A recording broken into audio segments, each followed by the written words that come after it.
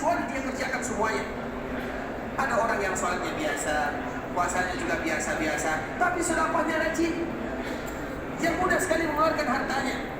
Ada orang yang puasanya biasa juga, sholatnya pas yang wajib-wajib saja, yang zakatnya juga yang wajib-wajib saja, tapi dia suka membantu kaum muslimin, dia suka tersenyum, dia suka membuat orang bahagia. Itu adalah salah satu ibadah yang dibukakan oleh Allah. Kalau seandainya ada satu ibadah yang dibukakan oleh Allah Subhanahu wa taala kepada kita, manfaatkan ibadah tersebut, karena tidak mungkin semua kita bisa melakukannya.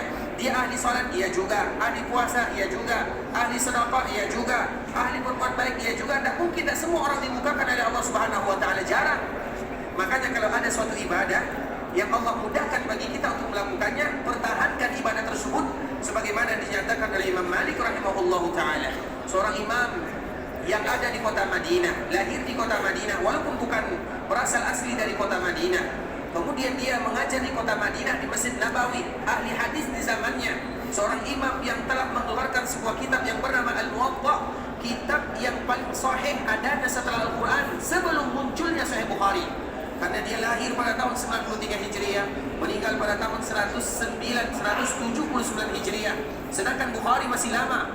Bukhari meninggal pada tahun 256 Hijriah. Maknanya dia adalah seorang ulama besar. Bahkan kitabnya menjadi kitab yang paling benar, paling sahih setelah Al-Quran di masanya sebelum ada Imam Bukhari.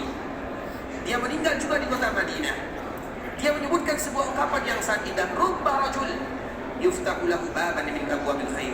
Sungguh beruntung salah seorang di antara kaum muslimin apabila Allah bukakan untuknya satu pintu kebaikan saja. Satu pintu Allah bukakan, maka itu keberuntungan yang luar biasa baginya.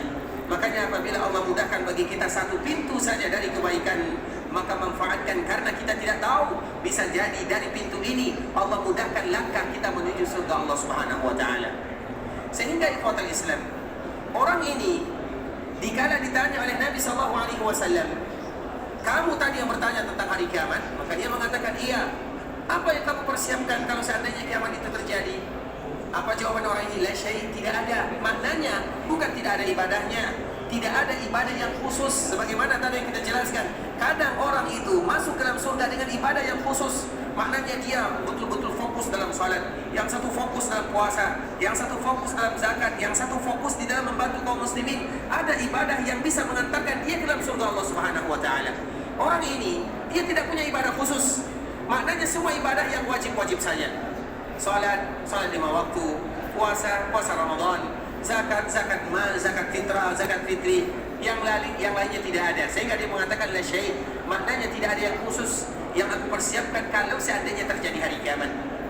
Kemudian saudara dia mengatakan la syai', kecuali satu, ternyata ada kecualinya. Ada ibadah khusus yang dia simpan, atau ibadah yang betul-betul Nabi SAW dan para sahabatnya dibikin bangga dengan penyebutan ibadah tersebut. Apa kata orang ini? Aku tidak ada ibadah khusus kecuali satu, yaitu aku cinta kepadamu ya Rasulullah. Betul-betul cinta kepada Rasulullah SAW.